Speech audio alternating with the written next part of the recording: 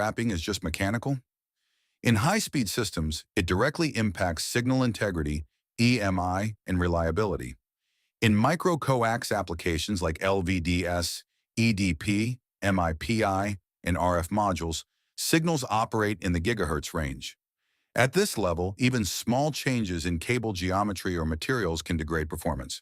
Cable wrapping plays four critical roles: mechanical protection, EMI behavior, thermal resistance, and assembly stability.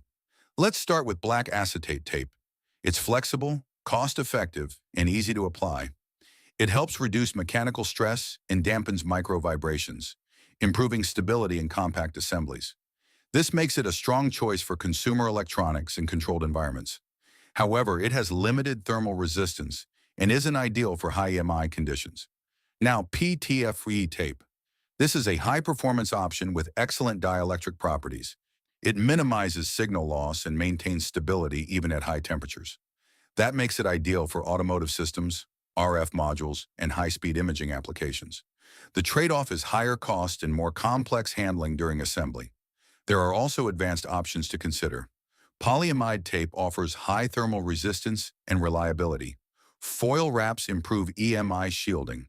Braided shielding adds both mechanical strength and grounding capability. So how do you choose? If your priority is cost and flexibility, go with acetate. If you need signal integrity and thermal performance, choose PTFE. If EMI shielding is critical, use foil or braided solutions. The key takeaway: cable wrapping is not just packaging, it's a performance driver. If you're designing high-speed interconnects, treat cable wrapping as part of your electrical design, not an afterthought.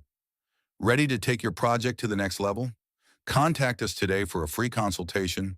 Call 512-251-0389 or email us at esales@midaselectronics.com.